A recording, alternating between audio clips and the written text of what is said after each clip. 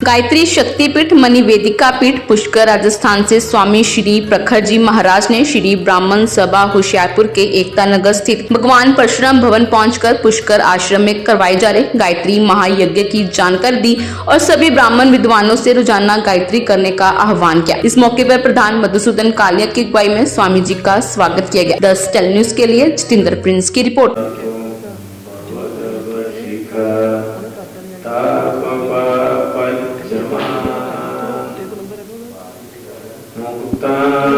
मौनं वटविटपिन मूलतो निष्पतन्ति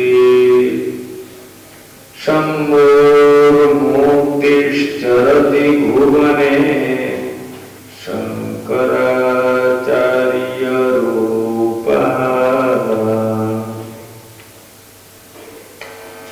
बोले परशुराम भगवान की, गायत्री परंपरा की।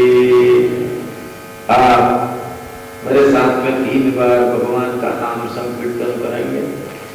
उसके बाद आलोच्य विषय पर संक्षिप्त हम लोग चर्चा करेंगे। श्री राम जय राम जय जय राम।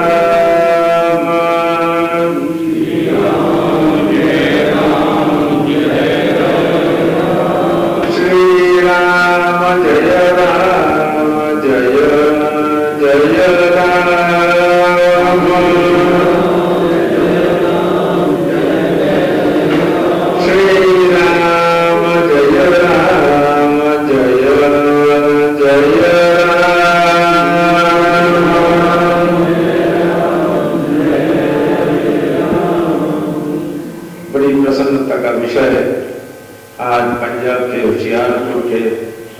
होशियारपुर ब्राह्मण महासभा के तत्वावधान में हमारे इस महासभा के प्रधान मधुसूदन कालिया जी के देख रेख में और उनके आह्वान पर सारे ब्राह्मण होशियारपुर के प्रबुद्ध वर्ग यहाँ उपस्थित है। अब जितने भी यहाँ बैठे हुए हैं, आप उन ऋषियों के संतान हैं जिनका नाम आप पुत्र के रूप में परिचय देते हैं। अब हम पुत्र के केवल नाम लेकर के परिचय दे रहे हो, यही नहीं है, आप एक ऋषि हैं। आप ही भरद्वाज हैं, आप ही कश्यप हैं, आप ही गौतम हैं, आप ही अत्रि हैं,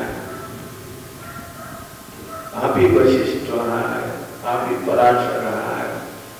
ये सब आप उन्हीं के वंश से प्रकट हुए हो, इसीलिए उस वंश के गौरव गरिमा के साथ जुड़ा हुआ है। ब्राह्मण इस संसार के अंदर में सबसे शक्तिशाली एक प्रजाति है। कौन? जिसके ताकत के सामने विश्व के ऐसे कौन है जो नतमस्तक नहीं हुआ है? इन ब्राह्मणों के सामने राम और कृष्ण भी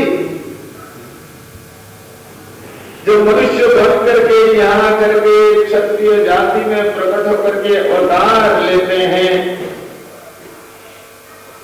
तो इन ब्राह्मणों के सामने वो भी नतमस्तक होते हैं। भगवान जिनके सामने नतमस्तक होते हैं, भगवान जिनको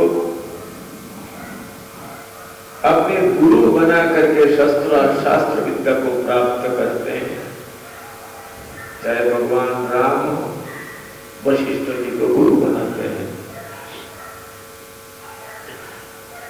भगवान कृष्ण महर्षि शांतिपनि, महर्षि उपमन्यु को गुरु बनाते हैं और गुरु बना करके उनसे शिक्षा को प्राप्त करते हैं।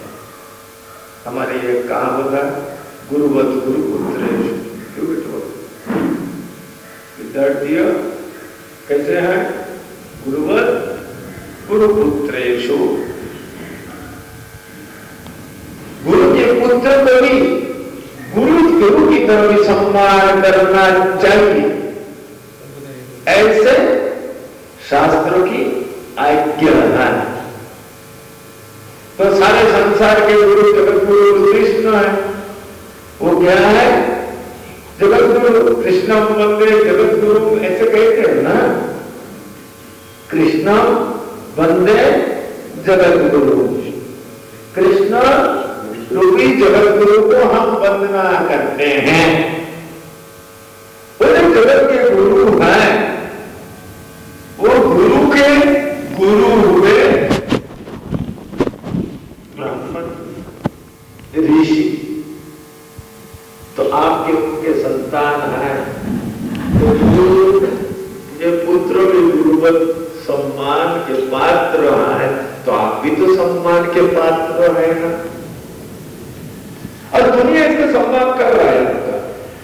देखिए आनाड़ी ना ब्राह्मणों की मर्यादा, ब्राह्मणों की महिमा, ब्राह्मणों की विशेषता समझे बिना आनाड़ी की तरफ बात करता है और बड़े दुखी भी होता है। ब्राह्मणों से जो कोई उत्पाद करता है ना, उसको बड़ा कष्ट उठानी पड़ती है। कुपन ब्राह्मण प्रजाति ऐसे ही है, इसको जो छेड़ता है उसको बड़ा कष्ट उठानी पड़ती है। तो आनाड़ी कोई होगा, परंतु समझदार इस विश्व भर में जितने भी मानव जाति हैं, सदैव वो ब्राह्मण का सम्मान करते हुए आए, आज भी कर रहे हैं और आगे भी करना होगा।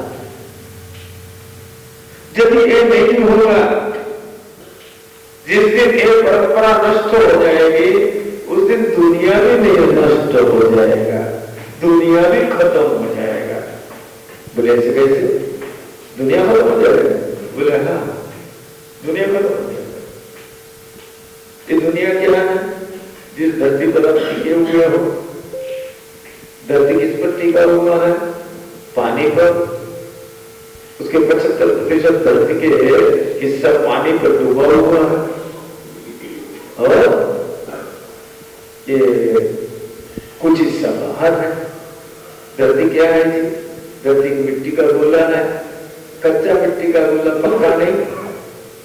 जब मिट्टी को गूंथ करके आगने में पकाया जाए तो पक जाता है, फिर उसको ऊपर पानी का प्रभाव में घड़ा मिट्टी के पात्र और पात्र। परंतु ये धरती क्या है? कच्चा मिट्टी के एक गोला है, बहुत बड़ा गोला। कच्चा मिट्टी के किसी गोला को आप गोला बना करके पानी में रख दो, कुछ देर बाद निकाल करके पानी में कीचड़ बन जाएगा। परंतु ये धरती कच्चा मिट्टी के गोला है, फिर भी अनंत काल से ये आगे भी ठीक है। ये तो वो पानी में कीचड़ बना नहीं। इसके पीछे कारण क्या है? इसके पीछे कारण है ब्राह्मणों की तब इसके साथ में जुड़ा हुआ है, उसके कोटि बन करके।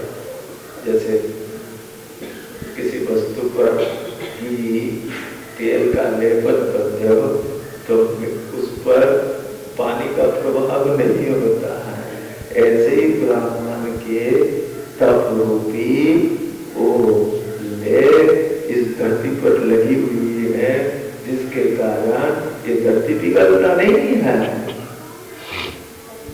ऐसे शास्त्रकार ने कहा ये